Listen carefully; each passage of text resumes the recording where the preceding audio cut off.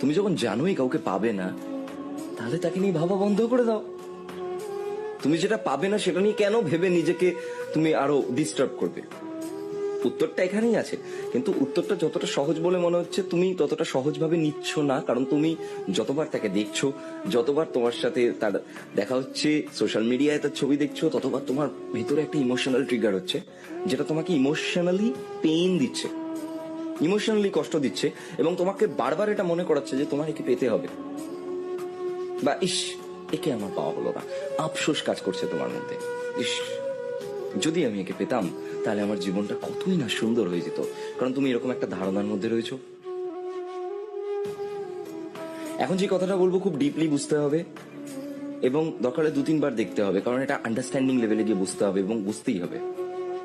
একটা বাচ্চা যখন মোবাইলে গেম খেলে, সে টেম্পল রান গেমটা খেলছে, এবং আমরা প্রত্যেকে টেম্পল রান গেমটা খেলেছি। এই গেমটার বিশেষত্ব কি, এই গেমটার কোনো শেষ নেই, একটা নেভার এন্ডিং গেম।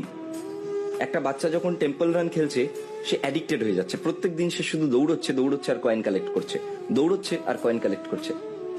সেই বাচ্চাটাকে যদি তুমি গিয়ে জিজ্ঞাসা করো যে গেমটা শেষ কবে, তাহলে সেই বাচ্চাটা তোমাকে বলবে যে এই গেমটার তো কোনো শেষ নেই, আমাকে দৌড়ে যেতে হবে।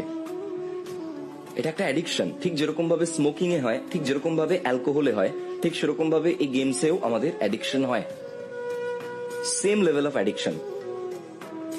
তো আমি এই অ্যাডিকশনটাকে, যেই অ্যাডিকশনটাকে তুমি বলছো যে হচ্ছে এই যে কাউকে পাবো না তা সত্ত্বেও তাকে নিয়ে ভাবছি কন্টিনিউয়াসলি এবং নিজেকে ইমোশনালি পেইন দিচ্ছি, এটাকেও এক ধরনের অ্যাডিকশন হিসেবেই বলবো।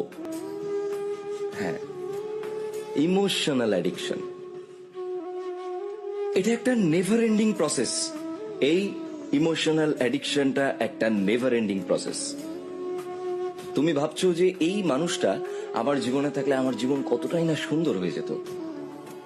তোমার একটা ইমাজিনারি ওয়ার্ল্ড তুমি তৈরি করে নাও, এবং সেই ইমাজিনারি ওয়ার্ল্ডের মধ্যে সমস্ত ভালো জিনিসগুলোকে পুট করো, যে এই মানুষটা আমার সাথে থাকলে আমি এই করতাম, এই মানুষটা আমার জীবনে থাকলে আমার জীবনটা হয়তো আজ সব থেকে সুন্দর হতো, এই মানুষটা আমার জীবনে থাকলে হয়তো আমার শূন্যতা ভরাট হয়ে যেত। অনেক কিছু তুমি ভাবো।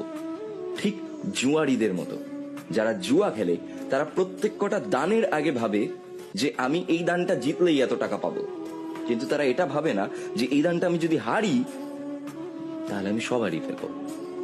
এটা ঠিক জুয়া খেলার মতো একটা অ্যাডিকশন। তুমি এটা ভাবো না যে সেই মানুষটা তোমার জীবনে থাকলে তোমার জীবনে তো খারাপ পথেও যেতে পারতো। তুমি শুধুমাত্র অপটিমিস্ট হও। অপটিমিস্ট হওয়া ভালো, কিন্তু এতটা অপটিমিস্ট হওয়া ভালো না। তো ব্যাপারটা হচ্ছে সেখানে ইউ হ্যাভ টু নো